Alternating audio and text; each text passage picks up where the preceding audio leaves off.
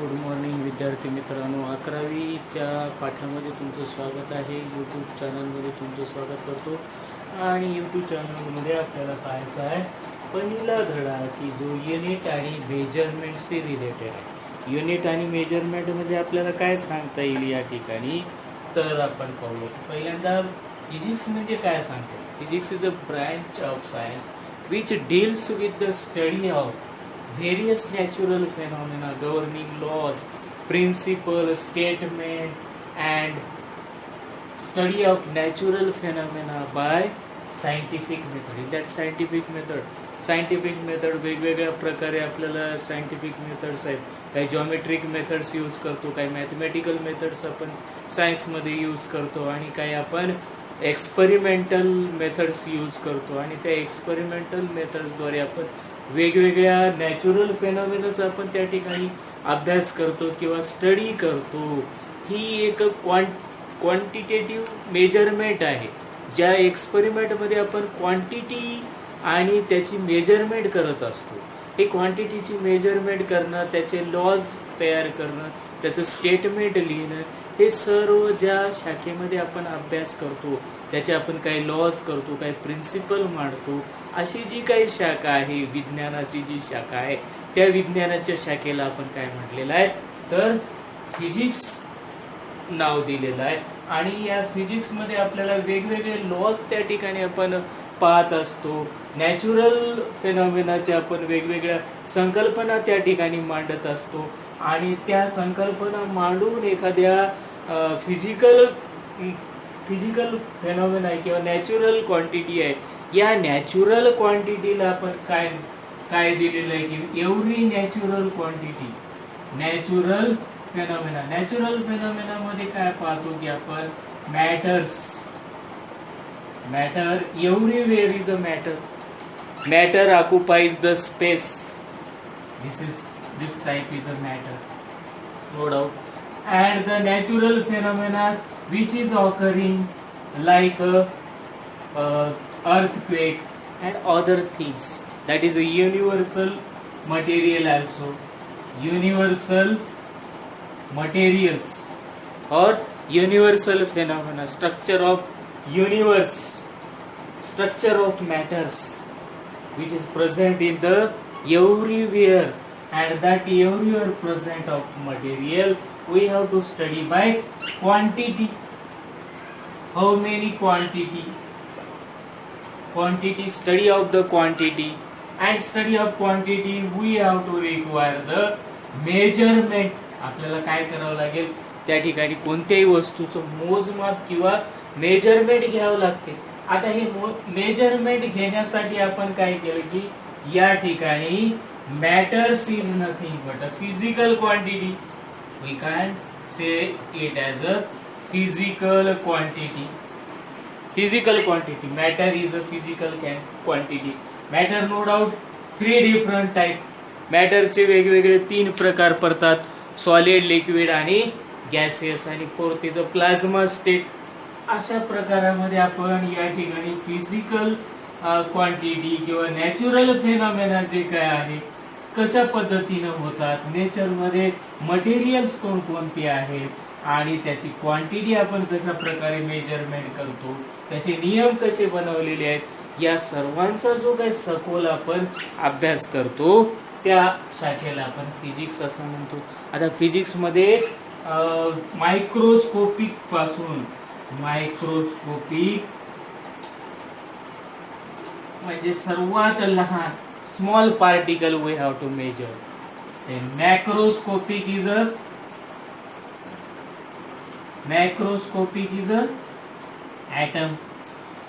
atom structure.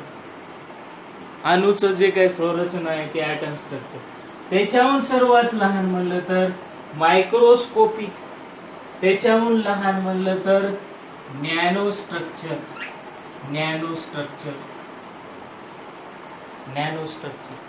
These all of the material medium we have to study in a quantitative manner. Their governing laws, याची जी काही study करतो ती शाखा म्हणजे आपण काय म्हणलेलं आहे, physics is a branch of science which deals with the various natural phenomena governing their laws, statement, study of natural phenomena by scientific method. Scientific method जी काही स्टडी केलेली आहे त्याला आपण फिजिक्स असं म्हणतो. आता आपल्याला आपल्या पाठाकडे जाऊया. या पाठामध्ये सांगितलेलं आहे की युनिट आणि मेजरमेंट म्हणजे काय सांगता येईल आपल्याला.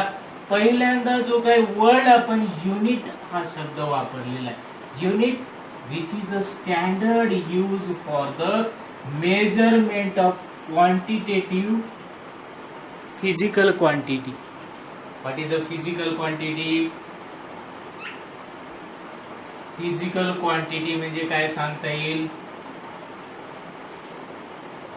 Physical quantity, a quantity which have the measured by a standard unit, that is called a physical quantity, which is a measurable any quantity which can be measure the number of amounts, number of quantity, how many quantity of moles or how many kilogram we have to measure. That type of quantities are called as a physical quantity. And the standard measurement ज्याचं माप मोजण्यासाठी आपण वापरलेला आहे तो standard use for measurement of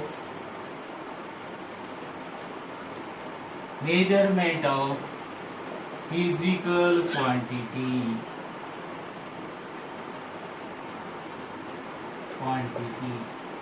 are called unit. त्याला काय म्हणलं आपण? Unit. This is a unit. आता हे युनिट जे आहे, unit must be easily understand. It is easily reproducible. It does not change with time and place.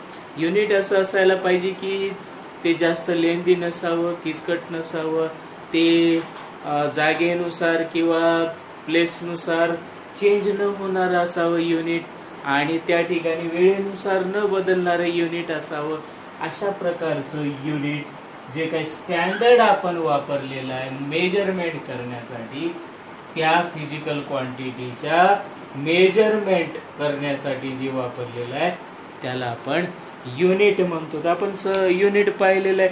प्रत्येक quantity आपण युनिट पाहिलेलं आहे. किती प्रकारचे युनिट आपण पाहिले? सिस्टीम ऑफ युनिट पाहिले. That is a 3 type of group. त्यालाच आपण सिस्टीम ऑफ युनिट असं म्हणतो. System of unit. System of unit म्हणजे स्टँडर्ड फिजिकल क्वांटिटी मेजरमेंट करण्यासाठी स्टँडर्ड वापरून एक 3 ग्रुप तयार केले. उदाहरणामध्ये पहिला आपण पाहिला CGS. सी म्हणजे काय? सेंटीमीटर, याचा लॉंग फॉर्म. जी म्हणजेच ग्राम. एस म्हणजेच सेकंद. म्हणजे यामध्ये किती फिजिकल क्वांटिटी आहेत? सेंटीमीटर, ग्राम आणि सेकंद. त्याच्यासाठी वापरलेलं युनिट आहे. सेंटीमीटर मध्ये काय मेजरमेंट करतो आपण? लेंथ मेजरमेंट करतो. लेंथ साठी आपण कॅपिटल एल घेतो. ग्राम कशामध्ये मोजतो आपण? मास हे ग्राम मध्ये मोजतो. हे कॅपिटल एम न लिहिलं. सेकंद कशामध्ये मोजतो आपण? सेकंद. टाइम हा सेकंदामध्ये मोजतो. Second is a unit of time, म्हणून त्याचा टी आला. म्हणजे या ठिकाणी किती आले? एम, एल आणि T. M for mass, L for length, T for time. सुरुवातीला काय होतं की या ठिकाणी फंडामेंटल फिजिकल क्वांटिटी, याला काय म्हणायचं आहे? Fundamental physical quantity. Fundamental physical quantity. सुरुवातीला 3 फंडामेंटल फिजिकल क्वांटिटी होत्या. हे वेगवेगळ्या कॉन्फरन्स मध्ये झालं की ज्या कॉन्फरन्स मध्ये प्रत्येक देशामधले सायंटिस्ट आले आणि त्या सायंटिस्टनं त्या ठिकाणी मेजरमेंट करण्यासाठी वेगवेगळे सायंटिफिक मेथड आणि त्याचे युनिट्स आणले होते आणि त्यानुसार या ठिकाणी काय झालं की 3 पहिल्यांदा फंडामेंटल फिजिकल क्वांटिटी तयार झाले. नंतर 17व्या कॉन्फरन्स मध्ये 17व्या कॉन्फरन्स मध्ये 1970-72 मध्ये त्या ठिकाणी 17वी कॉन्फरन्स झाली आणि त्या 17व्या कॉन्फरन्स मध्ये काय करण्यात आलं की 7 फिजिकल फंडामेंटल क्वांटिटी किती आहेत?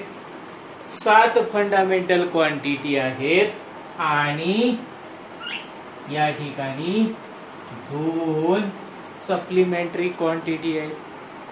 7 fundamental quantity, 2 supplementary quantity and more than dependent quantity. या फंडामेंटल क्वांटिटीवर अवलंबून असणाऱ्या ज्या काही क्वांटिटी आहेत त्या या ठिकाणी भरपूर आहेत मेजरमेंट करण्यासाठी. आणि त्यासाठी मेजरमेंट करण्यासाठी फंडामेंटल क्वांटिटीचं मेजरमेंट, स्टँडर्ड मेजरमेंट करण्यासाठी जे युनिट वापरल्या जाते त्या युनिटला काय म्हटलेलं आहे? Standard unit use for the measurement of fundamental quantity is called a unit of fundamental quantity. त्याला आपण unit of fundamental quantity, that is centimeter is a unit of fundamental quantity, gram is a unit of fundamental quantity of mass, second is a unit of fundamental quantity of time. म्हणजे फंडामेंटलचा अर्थ काय की ही दुसऱ्या क्वांटिटीवर अवलंबून नाही. याची definition काय सांगता येते? Fundamental physical quantity, a quantity which can be described or measured by only these quantity or expressed by only these quantity which does not depend on any other quantity for describing measurement. म्हणजे त्याचं measurement describe करण्यासाठी दुसऱ्या कोणत्याही क्वांटिटीचा त्याच्याशी उपयोग करता येत नाही. म्हणजे उदाहरणार्थ पाहणं, याच ठिकाणी सेकंद आहे, सेकंदाला आपल्याला मोजण्यासाठी मासची आवश्यकता नाही, सेकंदाला मोजण्यासाठी लेंथची आवश्यकता नाही. म्हणून ह्या कसे आहेत? इंडिपेंडेंट, कशावर अवलंबून नाहीत. युनिट त्यांचं इंडिपेंडेंट युनिट आहे आणि स्टँडर्ड युनिट या ठिकाणी वापरलेलं आहे. म्हणून अशी जी काही सिस्टीम तयार केली ती एकत्रित जी सिस्टीम तयार केली त्याला नाव दिलं 3 फंडामेंटल क्वांटिटी. एकत्रित नाव दिलं त्याला आपण असं ब्रॅकेट मध्ये लिहिलं MLT. M for mass, L for length, T for time. असं जर का लिहिलेलं असेल तर त्याला आपण काय म्हणतो? System of unit.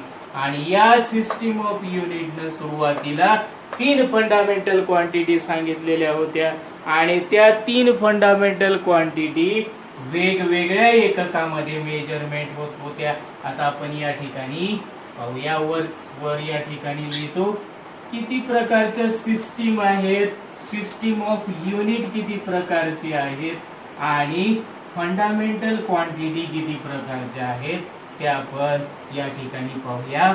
आणि नंतर आपल्याला त्यांची नावं लिहिता येईल की फंडामेंटल क्वांटिटी किती आहेत ते आपल्याला पाहता येईल.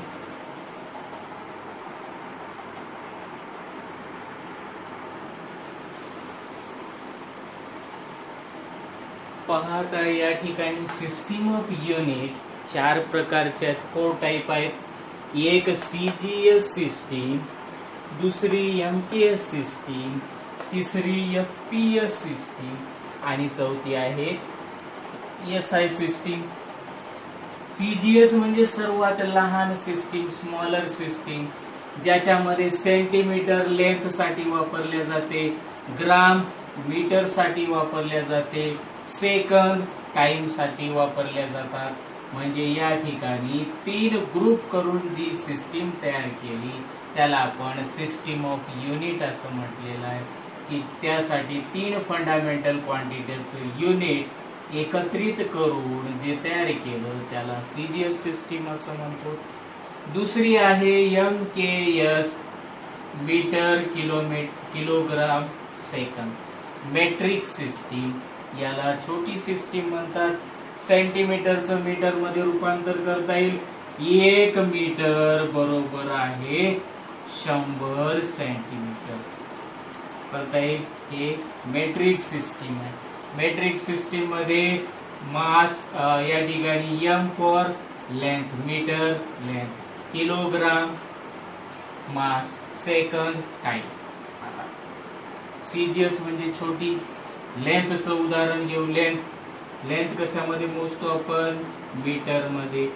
1 मीटर बरोबर 100 सेंटीमीटर करता येईल. याचं कन्व्हर्शन याच्यामध्ये झालं म्हणजे कन्व्हर्सिबल आहे ही सिस्टीम, याच्याशी कन्व्हर्सिबल आहे. मास घेऊ. 1 किलोग्राम, केजी म्हणजे किलोग्राम, लिहिण्याची पद्धत किलोग्राम आपण पाहू. 1 किलोग्राम म्हणजेच किती आहे? 1000 ग्राम. म्हणजे ग्राम मध्ये याचं कन्व्हर्शन झालं, किलोग्रामचं ग्राम मध्ये कन्व्हर्शन होईल. म्हणजे ही MK सिस्टीम याच्यातून याच्यात कन्वर्ट होता येते, याच्यातून याच्यात कन्वर्ट होता येते. म्हणून या सिस्टीम ऑफ युनिट तयार झाल्या की एकमेकावर डिपेंड्स आहे. आता तिसरी जी सिस्टीम आहे ही लेंथी सिस्टीम आहे. या ठिकाणी फूट वापरतो आपण लेंथ मेजरमेंट साठी, त्यानंतर पौंड वापरतो मास साठी, सेकंद वापरतो टाइम साठी. टाइम साठी तर आपण सेकंद वापरलेलंच आहे. 1 मिनिट बरोबर आहे 60 सेकंद स्टँडर्ड युनिट आहे. सगळ्यासाठी सेकंद सारखंच माप घेतलं आपण. लेंथ या ठिकाणी फूट. 1 फूट म्हणजे किती असतो? 1 फूट म्हणजे किती इंच असतो? 1 फूट इंच मध्ये मोजतो. आणि 1 इंच बरोबर 2.5 सेंटीमीटर. म्हणजे आहे कन्व्हर्शन फूटचं सेंटीमीटर मध्ये होऊ शकतो. मग सेंटीमीटरचं आपल्याला मीटर मध्ये कन्व्हर्शन करता येतं. म्हणजेच या ठिकाणी हे सर्व सिस्टीम कसे आहेत? एकमेकाशी इंटर कन्व्हर्सिबल आहेत. म्हणून अशा प्रकारच्या युनिटला आपण स्टँडर्ड युनिट म्हणतो. स्टँडर्ड म्हणजे काय? की ते एकमेकामध्ये इंटर कन्व्हर्शन झालं पाहिजे, त्यांचं कन्व्हर्शन झालं पाहिजे. याचं याच्यामध्ये झालं पाहिजे, याची क्वांटिटी याच्यामध्ये, याची क्वांटिटी याच्यामध्ये कन्व्हर्सिबल झालं पाहिजे. त्यालाच आपण काय म्हणतो? इंटर कन्व्हर्सिबल असले पाहिजे, तरच तो स्टँडर्ड युनिट होईल. नाही तर कोणी आपण युनिट तयार करू शकतो. That is not a standard unit. The standard unit is nothing but which can be easily interconversible and easily understand and easily which can be manipulate or calculate for the physical quantity. कोणत्याही physical क्वांटिटीचं quantitative measurement आपल्याला करता आलं पाहिजे. Reliable पद्धतीनं मोजमाप करता आलं पाहिजे. आणि मोजमाप करण्यासाठी मेजर्ड जे काही डिव्हाइस तयार करतो त्या डिव्हाइस साठी सुद्धा या फिजिकल क्वांटिटीचं जे स्टँडर्ड युनिट आहे ते रिलायबल असलं पाहिजे. म्हणजेच आपल्याला या ठिकाणी सांगता येईल की या सर्व जे काही फिजिकल क्वांटिटी आहेत त्या स्टँडर्ड युनिट प्रमाणेच तयार केलेले आहेत. आणि standard unit is given for the communication of the data measurement or quantitative measurement in a branch of physics. Branch of physics मध्ये या ठिकाणी आपल्याला क्वांटिटेटिव्ह डाटा आहे, तो क्वांटिटेटिव्ह डाटा आपल्याला एका ठिकाणाहून दुसऱ्या ठिकाणी ट्रान्सफर करणं किंवा आपल्याला त्याचा अनालिसिस करणं, त्यासाठी आपल्याला कशाची आवश्यकता पडते? युनिट. आणि त्याचं मेजरमेंट कसं करायचं आहे हे मेजरमेंट आपल्याला सायंटिफिक मेथडनं मेजरमेंट करावं लागणार आहे, ॲक्युरेट मेजरमेंट करावं लागणार आहे. या सगळ्या गोष्टी आपल्याला या पाठामध्ये आपल्याला पाहायचं आहे की मेजरमेंट कसं आहे आणि फिजिकल क्वांटिटी कोणकोणत्या आहेत. तर त्या फिजिकल क्वांटिटी या 3 ग्रुपमुळे आपल्याला लक्षात आले. आणि जेव्हा शेवटच्या ज्या टप्प्यामध्ये 17वं कॉन्फरन्स झालं त्या कॉन्फरन्स मध्ये या ठिकाणी 7 fundamental quantity plus 2 supplementary quantity, 2 supplementary quantity त्या ठिकाणी आलेल्या आहेत. आणि असं मिळून टोटल 9 काय झालेले आहेत या ठिकाणी फिजिकल क्वांटिटी त्या ठिकाणी गृहीत धरण्यात आल्या. आता त्या 7 फंडामेंटल क्वांटिटी कोणकोणत्या आहेत त्या आपण पाहूया. 7 फंडामेंटल क्वांटिटीची नावं खालील प्रमाणे आपल्याला सांगता येतात. आपण नेहमीच पाहिलेले आहेत त्या फंडामेंटल क्वांटिटी कोणकोणत्या आहेत त्या. तर आपण त्या काही या ठिकाणी डिस्कस करता येतात किंवा सांगता येतात आपल्याला. 3 तर आपण या ठिकाणीच लिहितो. एक आहे लेंथ मेजरमेंट, दुसरा आहे मास मेजरमेंट आणि तिसरा आहे टाइम मेजरमेंट. लेंथ आपण किलोग्राम किंवा ग्रामने मेजरमेंट करतो. मास आपण किलोग्राम किंवा ग्रामने मेजरमेंट करतो. लेंथ हा आपण मीटर किंवा सेंटीमीटरने मेजरमेंट करतो. तर टाइम हा आपण सेकंद, मोठा असेल तर दिवस, आवर यानं मेजरमेंट करतो सेकंद. त्याच्यानंतर आवर, त्याच्यावर मोठा असेल तर डे, त्याच्यावर मोठा असेल तर आपण इयर वापरतो. त्याच्यावर मोठा असेल तर 1 इयर, 2 इयर, 3 इयर, 4 इयर या पद्धतीने आपण वापरतो. लॉंग ड्युरेशन ऑफ टाइम, त्याच्याहून शॉर्ट ड्युरेशन ऑफ टाइम, त्याच्याहून शॉर्ट ड्युरेशन ऑफ टाइम, त्याच्याहून आवर्स आपल्याला मिनिट मध्ये करता येतात. मिनिटाहून सर्वात लहान आहे सेकंद. म्हणजे या ठिकाणी लेंथ, मास, टाइम आपल्याला काय करता येतात, मेजरमेंट करता येतात. या झाल्या 3 फंडामेंटल क्वांटिटी. आणखी 3 फंडामेंटल क्वांटिटी आपण पाहता येते आपल्याला कोणकोणत्या सांगता येतात. या 3 फंडामेंटल क्वांटिटी लिहिल्या. त्यानंतर पुढच्या 3 आपण या ठिकाणी लिहिता येईल की आपल्या घरी इलेक्ट्रिक करंट आहे. इलेक्ट्रिक करंट आपण कशामध्ये मोजतो. त्यानंतर इलेक्ट्रिक करंट ही काय झाली, फंडामेंटल क्वांटिटी झाली. इलेक्ट्रिक करंट एम्पियर न मोजतो, ए न मोजतो, ही फंडामेंटल क्वांटिटी झाली. त्यानंतर ल्युमिनस इंटेन्सिटी, प्रकाशाची तीव्रता कॅन्डेला न मोजतो आपण. म्हणजे हे वेगळं आहे ना. इलेक्ट्रिक करंट नवीन आहे एम्पियर. ल्युमिनस इंटेन्सिटी कॅन्डेला मध्ये मोजतो. त्यानंतर अमाऊंट ऑफ सबस्टन्स आहे. अमाऊंट ऑफ सबस्टन्स छोटा अमाऊंट आहे तो आपण कशाने मोजतो, मोलनी मोजतो. आता आपल्या बॉडीचं टेम्परेचर आहे, किती गरम आहे किती थंड आहे हे मोजण्यासाठी आपण काय करतो, टेम्परेचर मेजरमेंट करतो. हे टेम्परेचर कशामध्ये मोजतो, डिग्री सेल्सिअस और डिग्री केल्विन मध्ये मेजरमेंट करतो. म्हणजे किती क्वांटिटी झाल्या, 1 2 3 4 5 6 आणि 7 फंडामेंटल क्वांटिटी या ठिकाणी झालेल्या पाहून घ्या.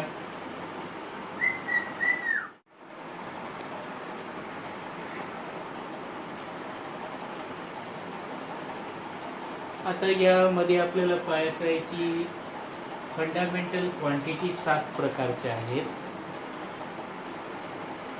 सिरियल नंबर, फंडामेंटल क्वांटिटी, त्याचं एसआय युनिट आणि त्याचा सिम्बॉल. एक आहे लेंथ हे मीटर मध्ये मोजतात. स्मॉल एम ना आपण सिम्बॉल रिप्रेझेंट केला. त्यानंतर मास हा आपण किलोग्रामने मेजरमेंट करतो, त्याला आपण केजी ने रिप्रेझेंट केलं. टाइम हा सेकंदने मेजरमेंट करतो, त्याला आपण एस ने लिहिलं. टेम्परेचर केल्विन आहे, डिग्री केल्विन ने रिप्रेझेंट केले. इलेक्ट्रिक करंट आहे एम्पियर, एनं मेजरमेंट करतो. ल्युमिनस इंटेन्सिटी कॅन्डेला, सीडी ने रिप्रेझेंट करतो. त्यानंतर अमाऊंट ऑफ सबस्टन्स आहे मोल, MOL ला आपण रिप्रेझेंट करतो. आता हे SI युनिट लिहित असताना किंवा सिम्बॉल लिहित असताना या ठिकाणी काही लॉज नियम काढलेले आहेत. त्या नियमामध्ये काय सांगतात की जर एखाद्या सायंटिस्टचं नाव जर का त्या युनिटला दिलेलं असेल, मेजरमेंट क्वांटिटीच्या युनिटला जर का दिलेलं असेल, तर त्याचं फुल फॉर्म हे स्मॉल लेटरनं लिहायचं आणि त्याचा सिम्बॉल हा कॅपिटल लेटरने लिहायचा. या ठिकाणी कॅपिटल ए आणि त्याचं फुल फॉर्म आपण AMPERE लिहिलं, एम्पियर, आणि तो सिम्बॉल आपण कॅपिटल लेटरनी त्या ठिकाणी रिप्रेझेंट करतो. म्हणजे कोणतंही असो त्या ठिकाणी सायंटिस्ट किंवा नदीचं नाव असेल किंवा वेल नोन प्लेसचं नाव असेल, त्याच्या नावावरून जर का आपण युनिट तयार केलेला असेल आणि त्या युनिटचा सिम्बॉल दिलेला असेल तर तो सिम्बॉल कॅपिटल लेटरनी या ठिकाणी रिप्रेझेंट करायचा. हा झाला. केल्विन ही शास्त्रज्ञाचं नाव आहे, त्यामुळं आपण या ठिकाणी डिग्री केल्विन कॅपिटल के न आपण त्या ठिकाणी रिप्रेझेंट करतो. म्हणजे या ठिकाणी ए आणि के तुमच्या लक्षात. दुसरा लॉ असा आहे की ज्या ठिकाणी वेल नोन पर्सनचं नाव नसेल त्यावेळेस सिम्बॉल हा स्मॉल लेटरनं लिहायचा आणि कोणतंही SI युनिटचं जे काही फुल फॉर्म आहे ते फुल फॉर्म इनिशियल लेटर मध्ये लिहायचं नाही, तर सगळे स्मॉल लेटर त्या ठिकाणी लिहायचं पाहिजे. METRE मीटर स्मॉल लेटर आहे, किलोग्राम स्मॉल लेटर आहे, सेकंड मधला S सुद्धा स्मॉल आहे, केल्विन मधला K सुद्धा स्मॉल आहे, एम्पियर मधला A सुद्धा स्मॉल आहे. म्हणजे तो कोणाचंही नाव असेल, पर्सनचं नाव असेल किंवा कोणत्याही याचं त्या ठिकाणी नाव दिलेलं असेल किंवा नसेल तरी आपल्याला त्याचं SI युनिट लिहित असताना त्या ठिकाणी कसल्याही पद्धतीचा इनिशियल लेटर न लिहिता ज्यावेळेस आपण फुल फॉर्म लिहितो त्या SI युनिटचं ते सगळे SI युनिट स्मॉल लेटर मध्येच त्या ठिकाणी लिहायचं. हा त्या ठिकाणचा दुसरा नियम झाला. तिसरा नियम सांगता येईल, समजा या ठिकाणी दोन नाव सारखेच येऊ लागले, सिम्बॉल दोन सारखेच येऊ लागले, पाय या ठिकाणी के हा के, किलोग्राम हा डिग्री केल्विन, म्हणून मग या ठिकाणी सिम्बॉल लिहित असताना एक किंवा दोन शब्द घ्या किंवा त्या ठिकाणी तीन शब्द, तीन लेटर्स त्या ठिकाणी यूज करू शकतो. या ठिकाणी पहा, मोलच्या ठिकाणी MOL आपण घेतला, M आणि M सारखा येऊ लागला, त्यामुळे आपण याला MOL तीन लेटर घेतले आणि सिम्बॉल तयार केला. सेकंड साठी आपण S सिम्बॉल घेतला, किलोग्राम साठी या ठिकाणी KG किलोग्राम हा सिम्बॉल त्या ठिकाणी आपण घेतला. म्हणजे या ठिकाणी आपल्याला त्याचे काही लॉज तयार केले की त्या लॉज नुसार आपल्याला त्या ठिकाणी रिप्रेझेंट करता येते फंडामेंटल क्वांटिटी. आता कोणती फंडामेंटल क्वांटिटी लिहित असताना त्या ठिकाणी फंडामेंटल क्वांटिटी लिहित असताना आपण लिहितो 1 मीटर, 1 मीटर, 2 मीटर, त्याला अनेक वचन करत नाही, मीटर्स करत नाही, मीटर्स करायचं नाही. प्लुरल फॉर्म मध्ये कोणतेही क्वांटिटी लार्ज अमाऊंट मध्ये असेल तर त्याला 10 मीटर, मीटर्स असं लिहायचं नाही किंवा 10 किलो, किलोज करायचं नाही. त्यामुळे या ठिकाणी आपण त्याच पद्धतीने लिहितो. 2 किलो असेल तर 2 मीटर असेल तर 2 मीटर, 2 किलोग्राम असेल तर 2 किलोग्राम करतो. आणि त्या ठिकाणी ग्रामरचा वापर करायचा नाही. कॉमादिनं किंवा प्रश्नार्थी चिन्ह, एक्सक्लेमेटरी फॉर्म, 2 किलो, 3 किलो असे एक्सप्रेशन त्या ठिकाणी करायचे नाही किंवा त्या ठिकाणी फुल स्टॉप द्यायचा नाही किंवा अवतरण चिन्हामध्ये लिहायचं नाही. या चिन्हामध्ये लिहिलं म्हणजे 2 किलो झालं का, असं लिहिलं, 2 ला असं करून असं केलं 2 kg. या पद्धतीचं कसल्याही पद्धतीचं लिखाण या ठिकाणी किलोग्राम मध्ये किंवा लिहित असताना, प्रॉब्लेम लिहित असताना या पद्धतीने कोणत्याही पुन्हा या करायच्या नाहीत. हा नियम या ठिकाणी केलेला आहे. त्यालाच आपण काय म्हणतो की मेजरमेंट करण्यासाठी लॉज जे तयार केलेले आहेत, how to write the symbol and how to write the how to analysis the measurement of physical quantity. Physical quantity कशा पद्धतीनं मेजरमेंट करतो या त्याच्या काय झालेल्या आहेत, पद्धती झालेल्या आहे आणि त्याचे लॉज आपण या ठिकाणी मांडलेले आहेत. या झाल्या 7 फंडामेंटल क्वांटिटी. आता पाहूया 2 सप्लिमेंटरी क्वांटिटी.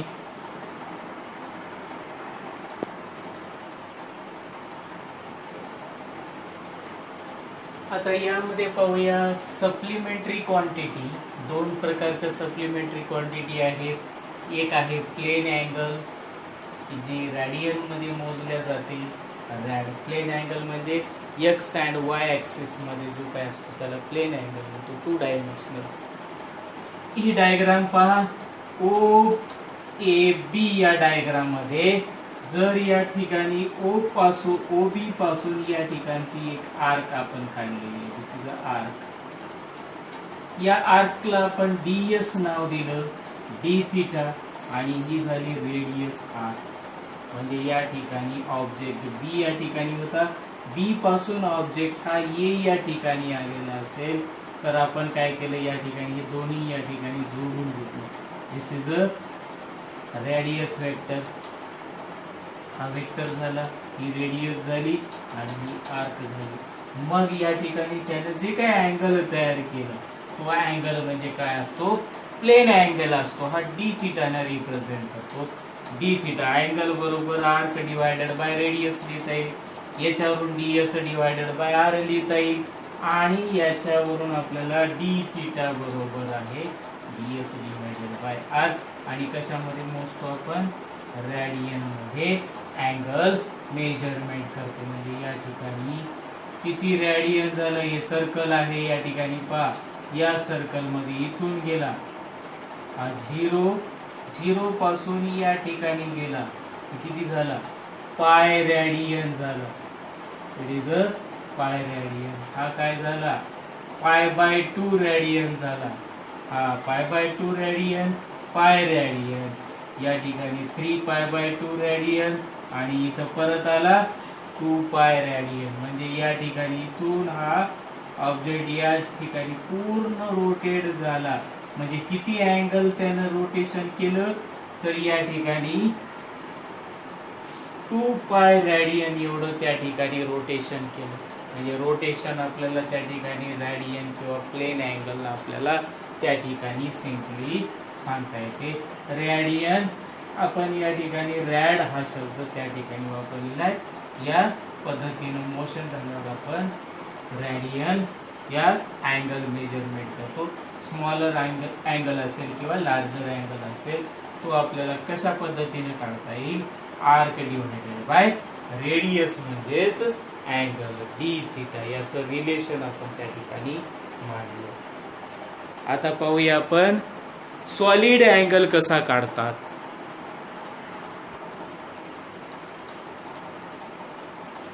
आता या ठिकाणी सॉलिड अँगल मध्ये आपल्याला पाहायचं आहे. सॉलिड अँगल म्हणजे कशा प्रकारचा असतो, 3 डायमेन्शनल अँगल जो असतो 3D, त्याला आपण सॉलिड अँगल असं म्हणतो. या सॉलिड अँगल मध्ये ओ ए बी सी आणि डी आपण याला नाव दिले. तर पहा या ठिकाणी हा जो काही 3 डायमेन्शनल एरिया आपल्याला रिप्रेझेंट करायचा आहे, हा डी ओमेगा सॉलिड अँगल जो तयार होईल 3 डायमेन्शन मध्ये एक्स वाय आणि झेड याच्यामध्ये तयार झाला त्याला आपण डी ओमेगा असं म्हणतो. This angle is d omega. This is about this axis and this axis. या तिन्हीचं जो काय आपण काढलं, या पद्धतीने हा या पद्धतीने हा या पद्धतीने हा जो काही अँगल तयार झाला त्याला आपण डी ओमेगा असं नाव दिलं. This angle is a d omega. O point d omega 3 dimensional angle. हा 3 डायमेन्शनल अँगल आपण त्याची रेडियस आहे r स्क्वेअर. मग ते लिहिण्यासाठी आपण काय करतो की सरफेस एरिया, तिथं आर्क येणार नाही, 3 डायमेन्शन मध्ये हा पूर्ण सरफेस एरिया किती आहे, दिस इज द सरफेस एरिया. हा सरफेस एरिया आपण डी एन रिप्रेझेंट केला. कोणत्याही स्पेरिकलचा सरफेस एरिया आपण 4πr² न रिप्रेझेंट करतो, म्हणजे डी. आता या ठिकाणी लेंथ किती आहे, r² आहे, डबल इकडे आहे, 2 dimension this and this 2 dimension, म्हणून या ठिकाणी r², dA divided by r². dA is a surface area, r is a radius. ठीक आहे. आता याच्यामध्ये किंमत टाकली डी ओमेगा.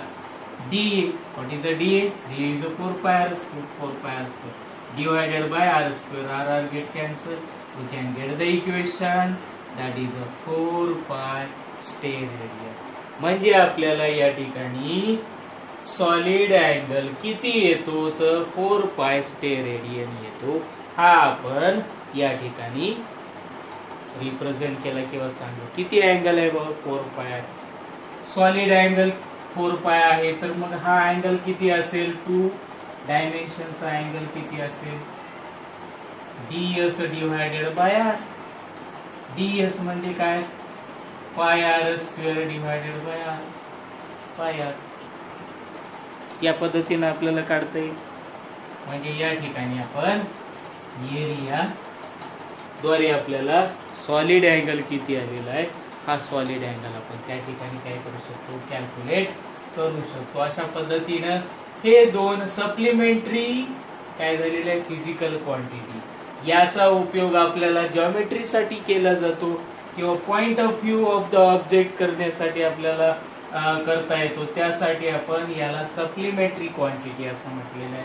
आणि हे झाले supplementary quantity, supplementary physical quantity.